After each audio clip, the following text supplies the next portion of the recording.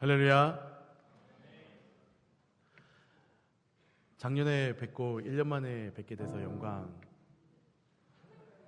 영광입니다. 새해 복 많이 받으시기를 주님의 이름으로 축복합니다. 아멘 하신 분들만 특별히 많이 받으시기를 축복합니다. 감사해요. 2017년 저희 청천교회 표어를 혹시 아십니까? 저기 붙어져 있죠. 우리 같이 한번 크게 한번 읽어보겠습니다. 시작. 평신도를 예수 그리스도의 제자로 양육하는 성령 충만한 생명의 공동체. 할렐루야. 우리 청년부가 예수 그리스도의 제자를 더욱더 양육해낼 수 있는 귀하고 복된 공동체가 되기를 진심으로 소망합니다. 두 번째, 이 공동체 가운데에 하나님을 알지 못하여서 흑암의 죽은 자들이 예수를 만나고 예수님을 영접하게 되는 새 생명의 축복된 자리가 되기를 진심으로 소망합니다. 그래서 더 나아가 왼쪽에도 글씨가 있죠. 소망의 날개를 달고 하나님을 향해 뜨겁게 더욱 높이 날아가는 저희들이 되기를 진심으로 소망합니다. 새해는 새로운 출발선이죠. 달라질 것은 없지만 사실 많은 것이 달라진 친구들이 있습니다. 불과 며칠 전만 해도 우리 곱등이었던 우리 고딩 친구들이 이제 어느덧 어른이 됐다고 저렇게 머리에 염색을 이쁘게 하고 화장을 이쁘게 하고 이렇게 예배를 드리고 있어요. 참 놀라운 것 같습니다. 저 친구들을 제가 중학교 3학년 때부터 고등부 1학년을 같이 했었던 친구들인데요. 이렇게 또 같이 만나게 되니 감사한 것 같아요.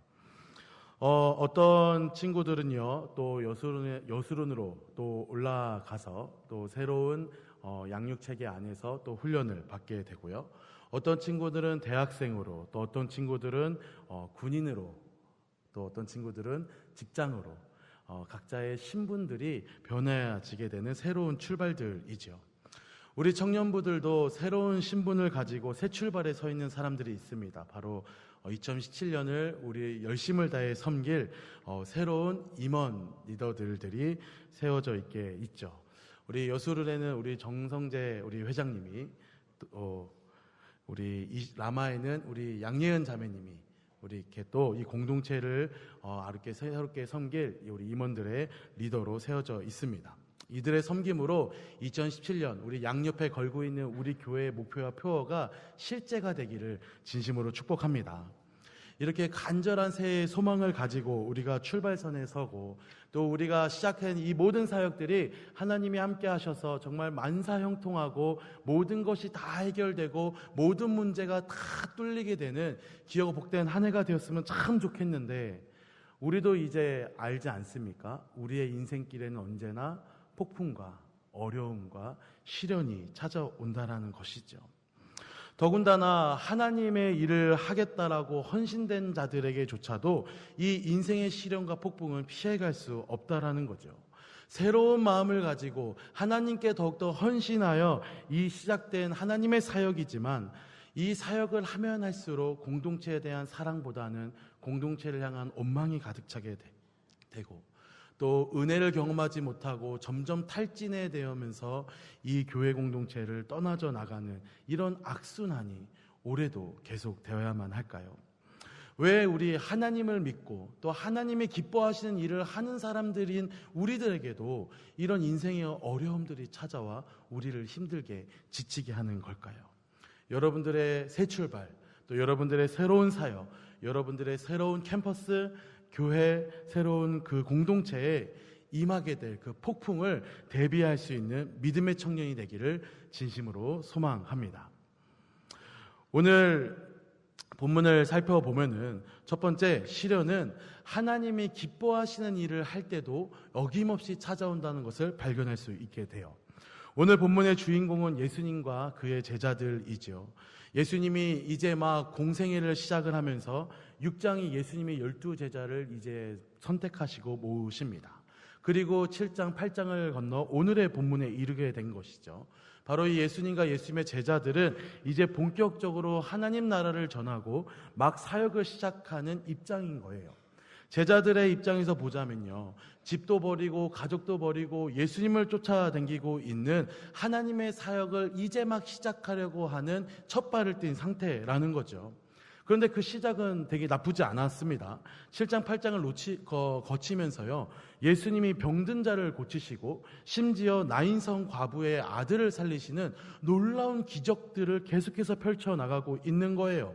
매일같이 그들은 하나님, 예수님이 베푸시는 그 기적을 체험하며, 야, 예수님 따라가기 정말 잘했구나, 예수님의 제자가 되길 정말 잘했구나, 하나님 사역하기를 정말 잘했구나 라고 생각했다라는 것이죠.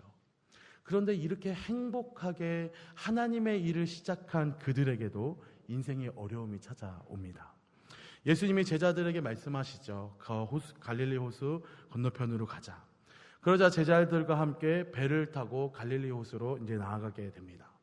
베드로를 비롯해서 예수님의 제자에는 프로 뱃사람들이 있었잖아요. 전직 프로 뱃사람들이 있어서 그들은 그 갈릴리 호수를 건너는 거에 대한 어떠한 두려움도 없었고 그들의 자신감은 가득 찼고 시기는 하늘 높이 드높았을 거예요. 그런데 그들에게 인생의 어려움이 찾아옵니다. 23절 말씀이죠. 행선할 때에 예수께서 잠이 드셨더니 마침 광풍이 호수를 내리침에 배에 물이 가득하게 되어 위태한지라. 갈릴리 호수는요, 그 주변 지역보다 200~300m 밑에 있는 호수라고 합니다. 그래서 주변에 산지가 많이 있는데 이 산에서 내려온 뜨거운 바람과 이 태양열로 달구어진 이 호수 열의 열기가 만나게 되면 광풍이 일어나게 된다라고 해요. 얼마나 바람이 크게 부냐면요, 이 갈릴리 호수 수심이 제일 깊은 곳이라고 해봤자 불과 45m밖에 되지 않는 얕은 호수라고 합니다. 그런데 이 광풍이 한번 부르닥치기 시작하면 이 파도의 높이가 6m가 넘는 엄청난 파도가 몰아친다라는 거죠. 파도 한 방에 아파트 2층, 3층 높이의 파도가 뒤덮이고 있다라는 거예요. 또 예수님이 탄 배 해봤자 기껏해야 예수님과 예수님 제자들 쪼로로 탄 한 15명 탈 수 있는 작은 배 아니겠습니까? 그 작은 배의 그 폭풍우가 얼마나 크게 밀어닥치는지 한 방에 배를 뒤집어 버리고 한 방에 배를 부셔버릴 만한 강력한 인생의 시련이 제자들에게 찾아오게 된 것이죠. 이처럼 하나님을 믿고 하나님을 따르고 하나님과 경험하고 있고 하나님과 동행하고 있는 사람들조차도 인생의 시련이 와요. 인생의 시련, 인생의 폭풍우는 하나님을 믿든 믿든지 않든지 간에 어김없이 찾아온다라는 거죠. 하나님의 일을 한다고 해서 인생에 어려움이 없는 것도 아니에요. 하나님의 일을 한다고 해서 하나님과 모든 것을 해결해 주셔서 만사형통을 한다라는 그런 것들도 있지 않다라는 거죠. 심지어 하나님의 일을 하고 있는 목사님들은 편안할까요? 편안할까요? 저는 잘 모르겠지만 아마 많은 분들이 이러려고 목사가 됐나라는 자괴감 속에 무릎을 꿇고 살고 계시지 않겠습니까? 제가 올해 사역을 시작한 지 이제 23년째 되어 가고 있는데요. 제가 전도사 총신대학교에 딱 입학을 하고 나서 제가 다니고 있는 교회 목사님이 저를 전도사로 임명을 하셨어요. 전도사 임명을 하시는 그 상황 가운데 저에게 예배 시간에 나오라고 하셔서 이제 안수기도를 해주시는데 저한테 십자가 목걸이를 선물로 주시더라고요. 그래서 십자가 목걸이를 앞에다 걸지 말고 뒤에다 걸고 십자가를 지고 살라고. 그러는데 제 출신 개척교회 목사님이시긴 하지만 제 출신 그 목사님이 저에게 십자가를 걸어주시면서 그렇게 우시는 거예요. 목사님이. 그러면서 저를 안아주시면서 아무도 안 들리는 목소리로 왜 그 길을 가려고 하니? 왜 이 길을 가려고 하니? 20명도 모이지 않는 작은 개척교회 담임 목사, 그 교회에서 나고 자란 한 청년이 목사가 되겠다라고 전도사가 되자 그 목사님이 울면서 말하는 거죠. 목사들에게도 이렇게 인생의 어려움이 찾아온다라는 거죠. 우리도 마찬가지 아니겠습니까? 힘차고 당차고 뜨겁게 새해를 시작하고 새로운 사역을 시작하고 새로운 하나님의 일을 나아가지만 우리도 여김없이 인생의 어려움이 찾아오는 거예요. 리더들, 임원들, 회장들 다 하나 할 거 없이 새로운 하나님의 사역을 하고 있는 모든 자들에게 어려움이 찾아온다라는 거죠. 심지어 예수님과 함께하고 있는 그들에게도 폭풍우가 밀어 닥친다라는 겁니다. 그렇다면 이 폭풍우의 정체는 무엇일까요?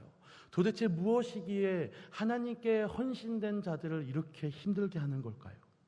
오늘 본문에는 제자들에게 이 위협하는 이 폭풍우의 정체를 이 본문 속에서는 구체적으로 우리에게 말해주고 있지는 않아요. 그렇다면 단순히 어떠한 자연 현상이었고 우연히 예수님이 탄 배가 우연하게 광풍을 맞아 우연하게 그 폭풍우가 몰아치는 바닷가 가운데 떠 있었던 걸까요? 여러분, 베드로는요 평생을 바닷가에 살았던 프로 뱃사람 아닙니까? 뱃사람들은요 이 바람을 읽을 수 있는 능력이 있는 사람들이다 하더라고요. 그래서 그들은 폭풍우가 밀어칠 바다를 명확하게 구분할 수 있었고 절대로 비바람이 몰아치고 폭풍우가 오는 바다에는 배를 절대로 띄우지 않는 사람들이 프로 뱃사람들이에요. 그런데 베드로가 오늘 예수님과 함께 거기를 걸어갔다라는 것은 그것이 우연하는 것이 아니다라는 거죠. 더군다나 오늘 예수님에게는 아주 의아한 표현을 사용하시는데 폭풍들을 향해 예수님이 뭐 하십니까? 꾸짖으세요. 꾸짖어. 24절 말씀 같이 한번 읽어볼까요? 시작. 제자들이 나와 깨어 이르되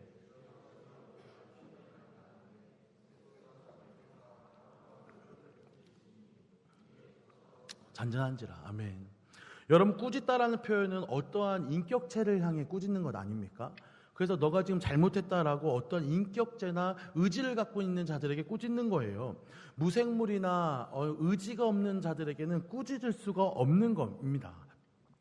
그런데 예수님은요, 이 파도와 바람을 꾸짖으세요. 이 폭풍우를 꾸짖으시는 거죠. 이 말은 이 예수님은요, 이 꾸짖음 받을 이 바람과 파도 가운데, 이 폭풍우 가운데 그 이면에 어떠한 인격이 있고 그 인격이 어떤 의도를 가지고 이 배를 뒤흔들었다는 사실을 말하고 있는 거예요. 그렇다면 그 예수님이 타신 그 배를 위협한 존재는 누구일까요?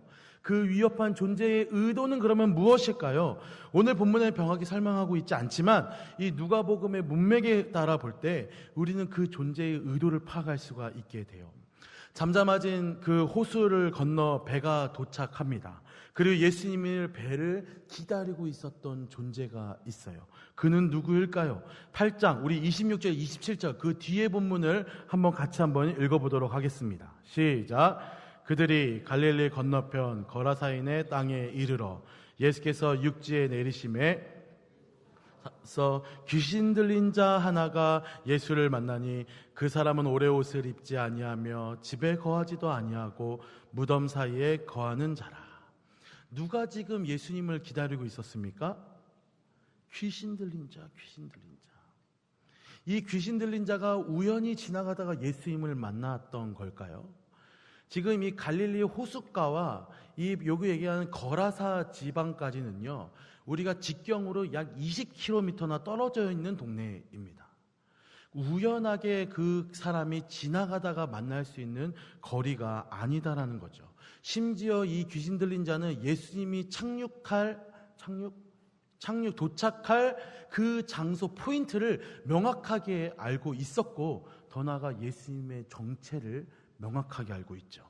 우리 28절 말씀 시작. 예수를 보고 부르짖으며 그 앞에 엎드려 큰 소리로 불러 이르되 지극히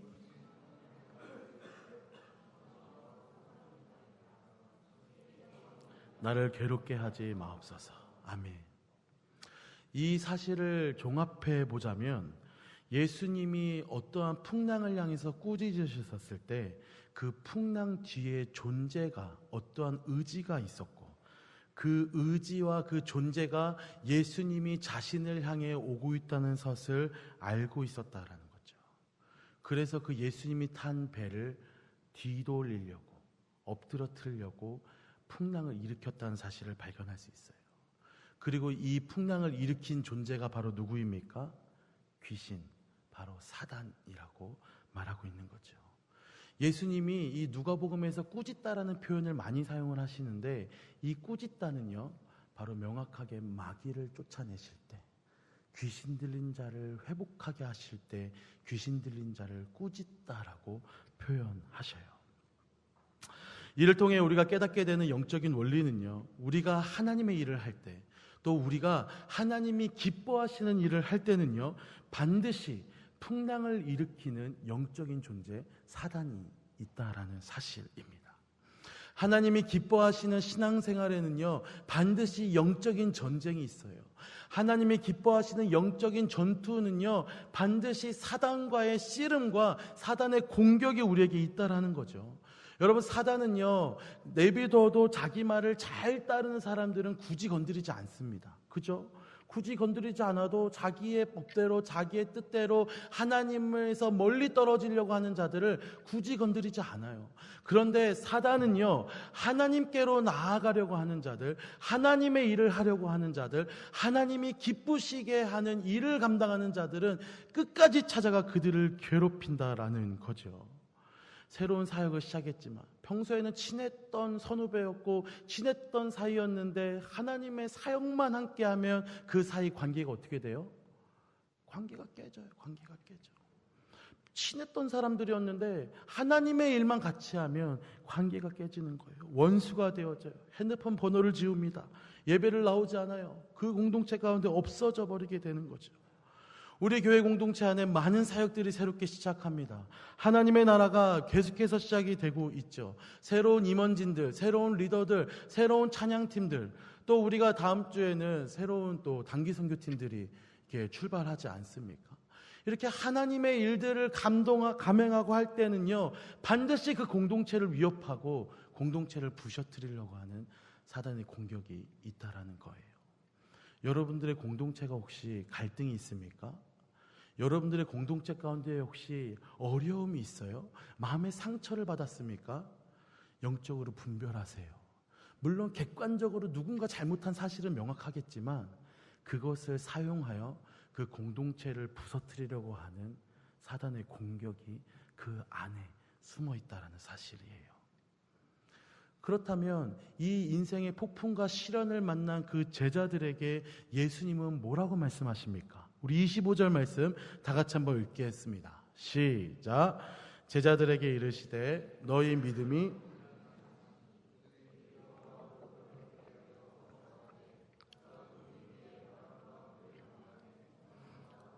아멘. 너희의 믿음이 어디에 있느냐? 오늘 본문이 말해주는 포인트는 바로 믿음과 순종입니다. 할렐루야.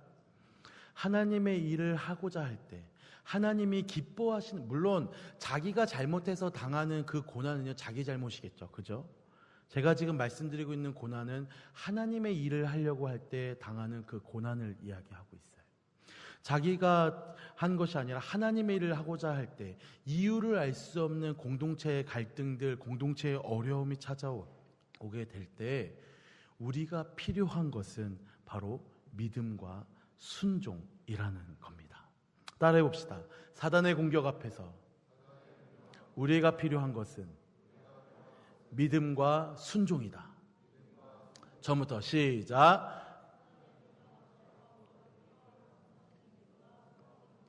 잘하시네요. 조금 센텐스가 길어서 걱정했어요. 믿음과 순종은 다르지만요, 결국 한 단어, 같은 의미입니다.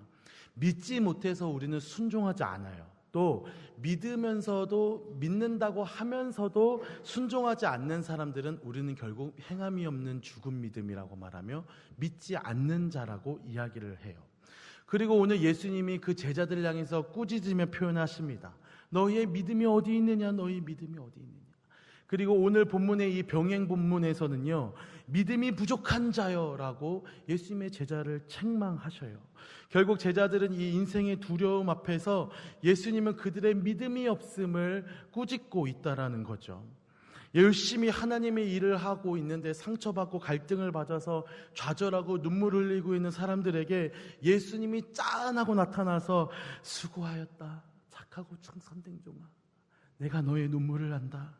내가 해결해 줄게. 그동안 애썼구나. 어구. 이렇게 예수님이 나타나서 우리를 위로해 주셨으면 참 좋겠는데 예수님이 나타나서 하신 말씀이 믿음이 없는 자요. 믿음이 없는 자요. 그 사단의 공격 앞에서 우리에게 필요한 것은 믿음이라고 예수님이 이야기하고 있는 거예요. 그렇다면 제자들은 무슨 믿음이 없었을까요? 제자들은 무슨 믿음이 없었기에 그렇게 예수님에게 꾸중을 받는 겁니까? 이 믿음이 없는 표현들을 살펴보자면 첫 번째, 제자들은 자기 스스로가 이 문제를 해결할 수 있다고 생각했다는 겁니다. 예수님이 보시기에 이것은 믿음이 없는 자, 믿음이 부족한 자의 행위라는 거죠. 앞서 살펴봤듯이 베드로는 프로 뱃사람 출신 아니겠습니까? 한 15명 타는 배 정도쯤면 누워서 껌먹기, 갈릴리오스 직경 22km밖에 안 되는 거 까이고 하룻밤에 넘어가지 뭐. 베드로는 이렇게 생각했던 사람이었을지도 몰라요. 그리고 인생의 폭풍우가 바다에 갈릴리오스에 폭풍우가 찾아오게 되자 수제자 베드로는 리더십을 발휘했을 겁니다. 야, 너는 거기 배 땡기고, 야, 너는 물 퍼고, 너는 뭐하고 최선을 다해서 그 풍랑을 지나가 보려고 노력했을 거예요. 그리고 그렇게 최선을 다해서 노력한 이후에 예수님을 찾아가게 되죠. 그 문제가 있었을 때 마치 자기 자신이 그 일을 해결할 수 있을 거라고 생각하고 찾아간 거예요. 그리고 그때 그 결과는 어땠습니까? 배에 물이 가득하게 되어 위태한지라. 막을 수 없었다는 거죠. 감당할 수 없다라는 거예요. 내가 최선을 다해 그 사단의 공격에서 이겨내보려고 했지만 내가 감당할 수 없어서 점차 내가 타고 있는 그 공동체라는 배에 물이 가득 차게 되어 잠수하게 된다라는 거죠. 더 나아가 제자들은요, 예수님께 컴플레인하기 시작해요. 24절 말씀을 보면 제자들이 나와 깨어이르되 주여 주여 우리가 죽겠나이다 라고 주무시고 계시는 예수님을 깨웁니다.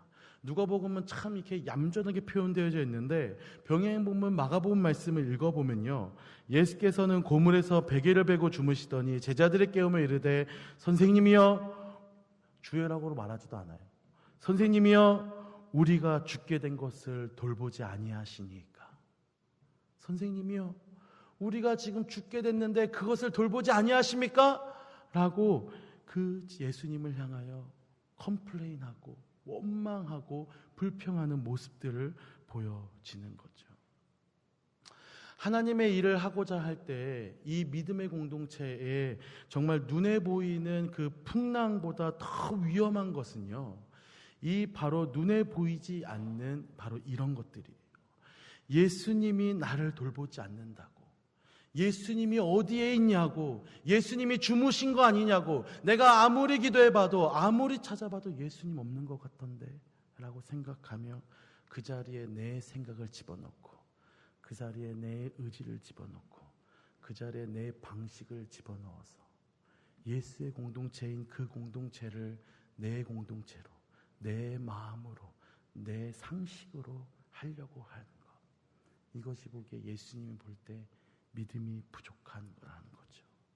그리고 불평과 불만이 가득해요. 이 불평과 불만이 공동체를 무너뜨리는 사단의 공격 무기란 사실을 저희가 깨닫게 되기를 소망합니다.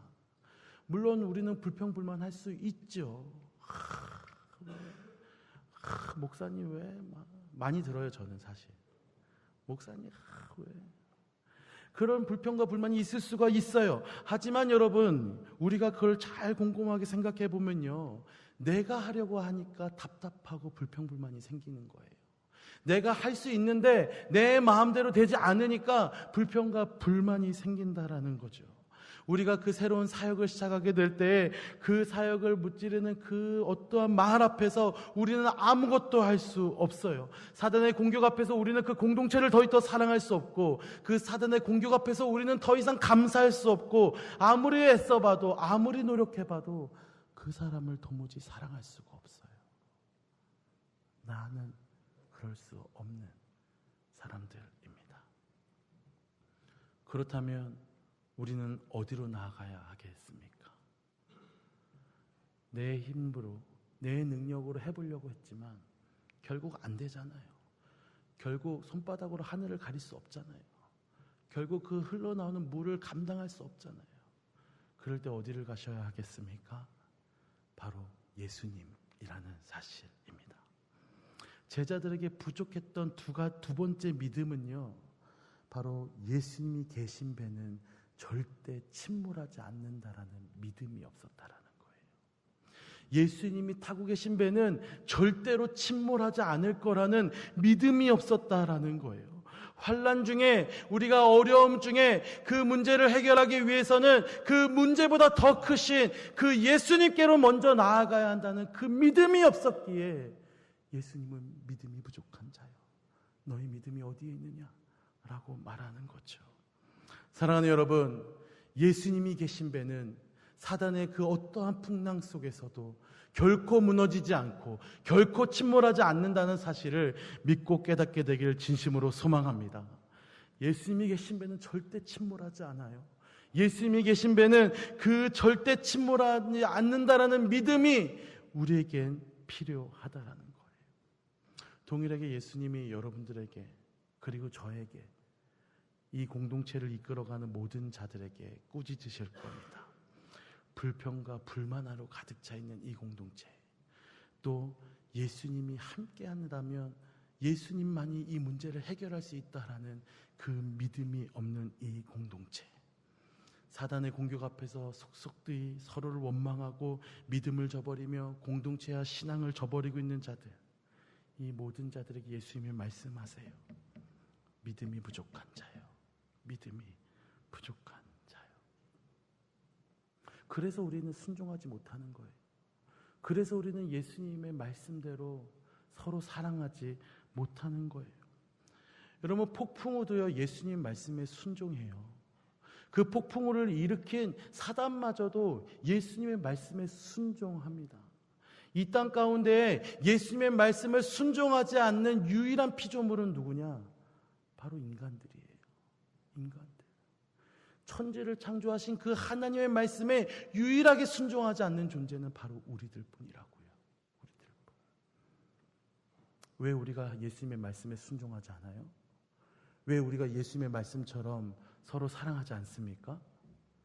그렇게 살면 손해보는 것 같기 때문에, 그렇게 살면 내가 망할 것 같기 때문에, 그렇게 살기 싫으니까, 예수님이 하신 그 말씀을 믿지 못하니까, 예수님이 계신 그 배는 침몰하지 않는다라는 믿음이 없으니까, 그래서 우리는 예수님의 말씀대로 살지 않는다라는 거죠.